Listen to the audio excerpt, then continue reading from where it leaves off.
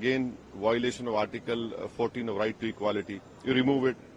Thirdly, the state where he comes from, that is Ahmedabad, you have a law over there called Disturbed Areas Act, wherein a Hindu cannot sell a house to Muslim, a Muslim cannot sell a house to a Hindu. You remove that. In BJP ruled states, you have laws against religious conversion. Who are you to stop people from converting? You have laws on love jihad. You are stopping girls from marrying whatever their choices. And choices is a fundamental right. You talk about UCC, but you don't talk about how will you be able to take the tribals into UCC. So it is completely selective. The only reason is that they are against Muslims. And India's constitution celebrates diversity. Freedom of religion is a fundamental right. Muslim personal law does not violate anything else. It relates to Muslims. What is wrong with that?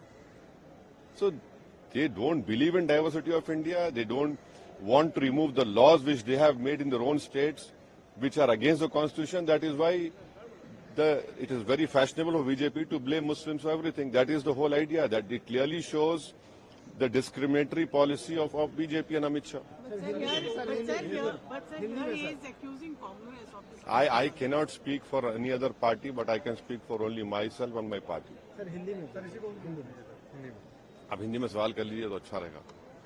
Sir Amit Shah कह रहे हैं कि personal laws अगर आप उनकी favour में है तो कांग्रेस को ये भी बताना चाहिए क्या वो शरिया के भी क्योंकि शरिया में है कि अगर आप चोरी करेंगे तो आपके हाथ काट दिए जाएंगे, पर ऐसे कैसे सेलेक्टिव होता है? एक बात सुनिए, क्रिमिनल लॉज जो है वो तो क्रिमिनल लॉज हैं। जो शरीयत एप्लीकेशन एक्ट है या मुस्लिम पर्सनल लॉ है वो तो सिविल मामलात के लिए है। अब अमित शाह देश को बताएं कि जिस स्टेट से वो आते हैं, गुजरात से, वहां पर डिस्टर्ब एरियाज एक्ट है। एक हिंदू अपना घर मुसलमान को नहीं बेच सकता, मुसलमान हिंदू को नहीं बेच सकता, और बरसों से चले आ रहा है। वो संविधान का वायलेशन नहीं है। वो गुजरात में और जहां जहां बीजेपी सत्ता में है वहां पर आप कन्वर्जन के खिलाफ कानून बना दिए, जबकि संविधान में राइट टू चॉइस एक फंडामेंटल राइट है। आप कौन होते किसी को रोकने के लिए? मजहब तब्दील कोई कर रहा है तो अगर आज बाबा साहब अम्बेडकर जिंदा होते तो उनको कहते हैं लोग कि भाई आप नहीं बदल सकते अपना रिलीजन। जब बाबा साहब अम्बेडकर संविधान बनाए और उन्होंने अपना रिलीजन चेंज किया, आप कौन होते उसके खिलाफ रूल्स कानून बनाने वाले? आपने कानून बना दिया। आपने लव जिहाद के ऊपर कानून बना दिया। बीजेपी जहां जहां सत्ता में है वहां पर संविधान के खिलाफ काम कर रही है।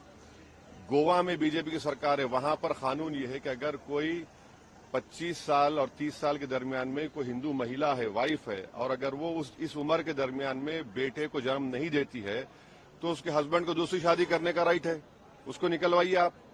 आप कानून बना रहे हैं कि कौन क्या खा सकता, क्या नहीं खा सकता। आप हरियाणा में गौरक्षक को पुलिस पावर्स दे रहे हैं, वो पकड़े और मारे लोगों को। ये संविधान में है क्या? ये तो ये साफ जाहिर होता है कि अमित शाह और बीजेपी में एक डिस्क्रिमिनेटरी, उनके पास एक पॉलिसी है मुसलमानों के खिलाफ।